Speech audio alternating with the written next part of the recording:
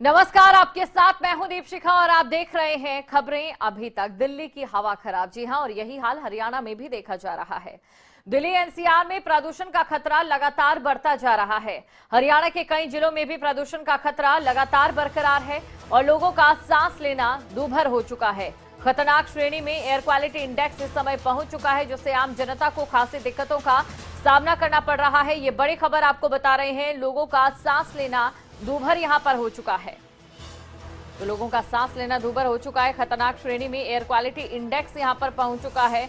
और साथ ही आपको ये भी जानकारी दे दें, क्योंकि देखिए प्रदूषण का जो मामला है वो लगातार सामने आते जा रहे हैं। सिर्फ बात अगर की जाए हरियाणा की या दिल्ली की, तो प्रदूषण का जो असर है यहीं तक सीमित नहीं है। प्रदूषण का असर आसपास के राज्यों में भी देखा जा रहा है और दिल्ली से ज्यादा जो इस समय प्रदूषण से जूझ रहा है वो है हरियाणा।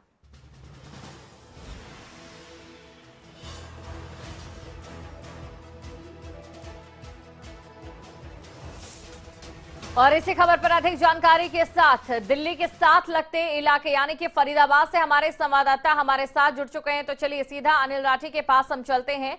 अनिल, देखिए लगातार प्रदूषण को लेकर खबरें अभी तक आवाज उठा रहा है। सरकार की ओर से भी कई कदम उठाए जा रहे हैं और कहीं ना कहीं हरियाणा की अगर बात करें तो यहां पर स्थिति बेहद गंभीर बनी है। बावजूद इसके जब यह आंकड़ा सामने आता है कि पंजाब में 24 घंटे में 2000 तकरीबन पराली जलाने के मामले दर्ज हुए हैं, और भी ज्यादा भयभीत करते हैं।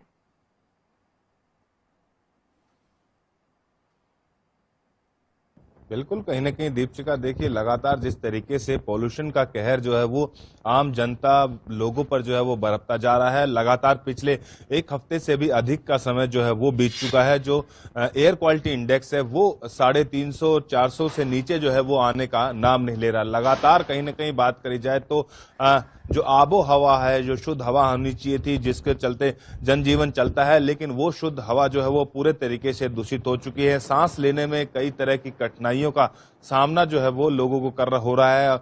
गले में दिक्कतें पैदा हो रही हैं, आंखों में जलन पैदा हो रही है। और जिस तरीके से आपने कहा कि पड़ोसी राज्य जो पंजाब है उसकी तरफ से जो है वो इतने अधिक मामले जिस तरीके से पराली जलाने के मामले आए हैं, तो ये कहीं ना कहीं चिंता का विषय है। लगातार इसके कारण भी जो है वो एक बहुत बड़ा जो है वो पराली का कारण जो है ये बनता है। पराली जो है एक बहुत बड़ा कारण बनता है पॉल्यूशन को जो है वो दूषित करने का। फिलहाल फरीदाबाद की बात कर जाए तो देखिए फरीदाबाद में भी काफी हालात आज की डेट में जो है वो लगभग 350 के आसपास एयर क्वालिटी इंडेक्स जो है वो पहुंचा हुआ है।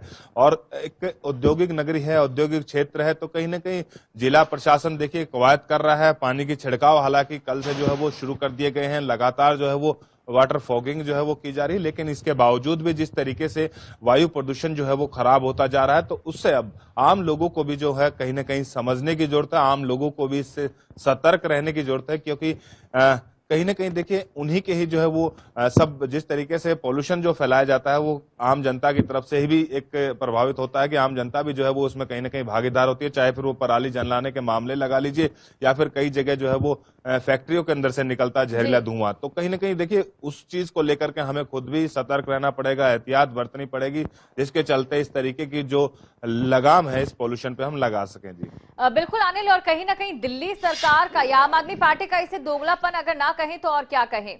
जब पिछले साल हमने देखा कि दिल्ली में लगातार प्रदूषण बढ़ रहा था, तो साफ तौर पर निशाना सिर्फ और सिर्फ हरियाणा था, वो भी पराली जलाने को लेकर। और कहीं ना कहीं छुपा रुस्तम पंजाब भी उस समय निकला था।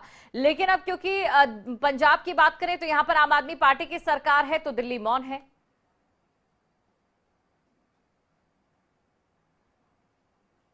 बिल्कुल दीपशिका देखिए कहीं ना कहीं राजनीतिक रोटियां जो है वो हर मुद्दे पे जो भी पार्टी है वो सेकती हैं, और इसी का जो ताजा उदाहरण दिख रहा है आम आदमी पार्टी की तरफ। पिछले साल की बात करी जाए, देखिए उस समय जो है वो क्योंकि कहीं ना कहीं हरियाणा के अंदर भारतीय जनता पार्टी की सरकार है और दिल्ली के अंदर आम आदमी पार्टी की, तो सीधे तौर पर जो दिल्ली के मुख्यमंत्री अरविंद केजरीवाल है वो हरियाणा को इसका जिम्मेदार ठहराते थे कि हरियाणा की तरफ से जो है वो पराली जलाई जाती है। लगातार जो है वो पराली जलाने के बावजूद उनका धुआं जो है आता है, जिसके चलते दिल्ली एनसीआर में जो है वो पॉल्यूशन होता है। लेकिन अब जो है वो पंजाब के मामले में खुद जो है वो अरविंद केजरीवाल कुछ भी ऐसा कोई बयान नहीं दे रहे, कुछ भी ऐसी कोई कड़ी आलोचना नहीं कर रहे, क्योंकि वहां पे उन्हीं की सरकार है। क्योंकि आम आदमी पार्टी की सरकार चाहे तो वो वहां पे पूरे तरीके से नियंत्रण कर सकते हैं। और जिस तरीके से लगातार किसानों के मामले, हालांकि हरियाणा में अभी तक इस तरीके के मामले कम ही सामने आए हैं जो कि पराली जलाने के मामले होंगे, लेकिन पंजाब में से लगातार जो है वो इस तरीके के मामले जो है वो बार बार जो है वो सामने आ रहे हैं। क्योंकि अनुमान देखा जाता है, देखिए दीपशिका, क्योंकि पंजाब एक कृषि प्रधान देश है, पंजाब के अंदर सबसे अधिक जीरी जो है वो पंजाब के अंदर होती है, जो कि पूरे विश्व के अंदर जो है वो सप्लाई होती है। और जीरी के बाद कंबाइन जो है वो कंबाइनों से कटाई होती है, और कंबाइन सारे इंडिया के अंदर बात कर जाए तो लगभग जो है वो पंजाब से ही जाती हैं। और तो इतने बड़े पैमाने पर वहां पे कंबाइन से कटिंग के बाद जो बचा बुरादा होता है तो उसको किसान जो है वो काटने की वजह जो है वो जलाने का काम करते हैं, देखा जाता है। अनिल, एक आखिरी सवाल आपसे मैं यहाँ पर ये पूछना चाहूंगी कि क्या प्रदूषण को लेकर फरीदाबाद की अगर बात करें, आसपास की जो जगह है वहां की बात करें, तो कोई एडवाइजरी जारी की गई है, दिशा निर्देश दिए गए हैं?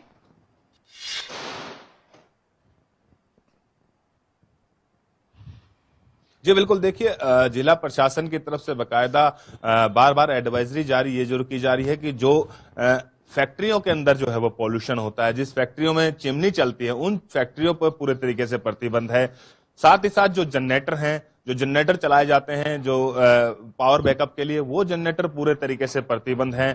साथ ही साथ देखिए जो कंस्ट्रक्शन का काम चल रहा है उसमें बकायदा जो है वो हिदायत दी गई है, चाहे वो बिल्डर को हो चाहे फिर वो सरकारी काम चल रहा हो, उसको पूरे तरीके से कवर करके, यानी कि जो भी कंस्ट्रक्शन का काम चल रहा है उसको पूरे तरीके से तिरपाल से ढक करके या पानी डाल करके, इसके बावजूद जो है वो निर्माण करे। तो कहीं ना कहीं हिदायत और जो चेतावनियां हैं वो जिला प्रशासन की तरफ से लगातार दी जा रही है। वहीं स्वास्थ्य विभाग भी जो है वो एडवाइजरी जारी कर चुका है कि मास्क लगाकर जो है वो घर से बाहर निकले, क्योंकि कहीं ना कहीं देखिए काफी खतरनाक साबित होता है ये उन उम्र के बच्चों के लिए, नवजात छोटे बच्चों के लिए, और देखिए बुजुर्ग दंपतियों के लिए। तो कहीं ना कहीं काफी जो एडवाइजरी है वो हालांकि जिला प्रशासन की तरफ से जारी की गई है, लेकिन इसके बावजूद भी जो है वो पोल्यूशन का स्तर जो है वो घटने का नाम ले रहा है। बिल्कुल, यहाँ पर बिल्कुल भी प्रदूषण का जो स्तर है वो घटने का नाम नहीं ले रहा है। और दर्शकों को इसी के साथ बड़ी खबर आपको बता दें, जहां दिल्ली इंटरनेशनल एयरपोर्ट लिमिटेड ने भी एडवाइजरी जारी की है। ये बड़ी खबर आपको बता दें, कम विजिबिलिटी के बीच जो एडवाइजरी है उसे जारी किया गया है। और साथ ही एडवाइजरी में DIAL ने यात्रियों के लिए ये एडवाइजरी जारी की है। तो हवाई यात्रा से पहले फ्लाइट की जानकारी लें, ये कहा गया है। DIAL के अनुसार जो है यात्रियों को पहले जानकारी लेनी चाहिए अपनी यात्रा की, क्योंकि ऐसे में कुछ जो प्लेन है, कुछ जो यात्राएं हैं वो रद्द भी की जा सकती है।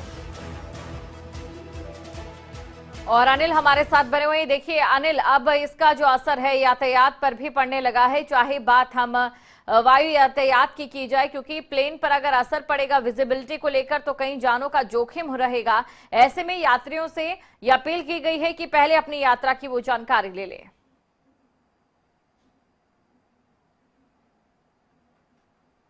बिल्कुल दीपशिका, देखिए जिस तरीके से मैं बता रहा हूं कि लगातार जो पोल्यूशन है वो बढ़ता जा रहा है, तो उस पोल्यूशन का प्रभाव जिस तरीके से जनजीवन पर पड़ रहा है तो वो लाजमी है।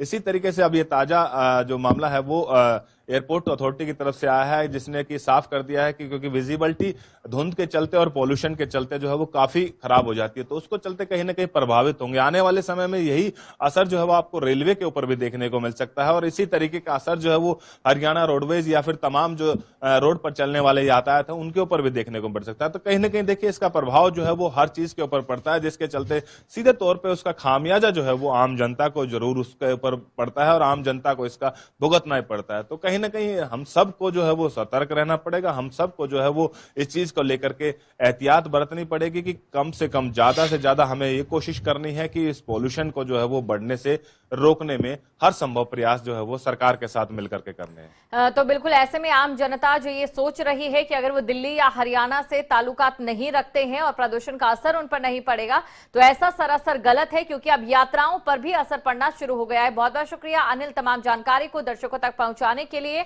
और इसी के साथ चलिए अब दर्शकों को ये बता देते हैं हरियाणा के जिलों में किस तरीके से इस समय प्रदूषण अपना प्रकोप कहीं ना कहीं ढा रहा है। तो चलिए रेड जोन में जो 6 जिले हैं उनमें कैथल की बात करें सबसे पहले, जहां पर AQI 391 है। यमुनानगर में AQI 371 है, यानी कि खराब की श्रेणी में है। करनाल में AQI 337 है। इसके अलावा पंचकुला में जो AQI है वो 330 पर जा चुका है। पानीपत में AQI 320 है। तो देखिए ये आंकड़े इस समय आपके सामने। फतेहाबाद में AQI 306 है। और वहीं सिरसा की बात करें तो सिरसा में इस समय खराब हवा चल रही है। खराब श्रेणी में हवा फरीदाबाद में भी चल रही है। बल्लभगढ़ की बात करें तो यहां पर भी हवा खराब की श्रेणी में ही है। इसके साथ ही हिसार में भी हवा खराब की श्रेणी में है। जींद में भी यही हालात हैं। प्रदूषण की वजह से लगातार जनता को दिक्कतों का सामना करना पड़ रहा है। लेकिन वायु का गुणवत्ता का जो मानक है वो क्या है? अगर 0 से 50 के बीच में है तो अच्छा है, 51 से 100 के बीच में है तो संतोषजनक है। इसी के साथ ही अगर 101 से 200 के बीच में है तो मध्यम है, न ज्यादा खराब न ज्यादा अच्छा। 201 से 300 के लिए है तो फिर ये सेहत के लिए खराब बताया जाता है। अगर सूचकांक ये है 301 से 400 तो बहुत ही खराब की श्रेणी में इस समय आ रहा है, जहां पर हरियाणा के कई जिले हैं। और 401 से 500 के बीच बेहद गंभीर। तो AQI की गणना के लिए 8 अलग अलग प्रदूषकों की निगरानी की जाती है। कैसे निगरानी करते हैं वो आपको हम बता दें। PM10, PM2.5, नाइट्रोजन और नाइट्रोजन डाइऑक्साइड से ये निगरानी की जाती है। सल्फर डाइऑक्साइड, कार्बो मोनोडाइऑक्साइड, जमीनी स्तर की ओजोन, अमोनिया से निगरानी की जाती है। और AQI की गणना के लिए 8 अलग अलग प्रदूषकों की निगरानी यहां पर की जाती है। तो 8 अलग अलग जो प्रदूषक है उनकी निगरानी की जाती है। हरियाणा के 6 जिले इस वक्त रेड जोन में आ चुके हैं, जहां की हवा इतनी खराब हो चुकी है कि लोगों का दम घुटने लगा है। AQI लेवल 400 पार पहुंच चुका है। हालात इतने खराब हो चुके हैं कि लोगों को फिर से मास्क का सहारा लेना पड़ रहा है।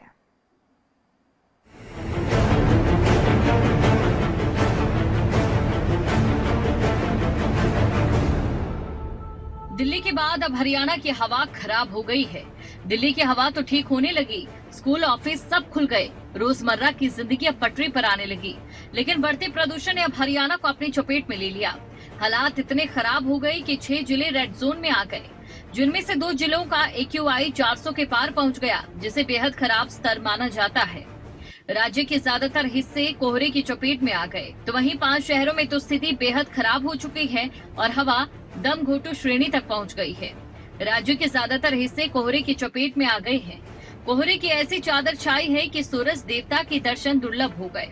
इस कारण से शहरों का AQI वेरी पुअर यानी कि खराब स्थिति में पहुंच गया। उत्तरी हरियाणा के शहरों में हालात ज्यादा खराब हो गए। यहाँ के कुरुक्षेत्र और अंबाला शहरों का AQI 400 के पार पहुंच गया। कहीं प्रशासन के आदेश पर सड़कों पर पानी का छिड़काव किया जा रहा है, तो कहीं चौक और चौराहों को धोया जा रहा है।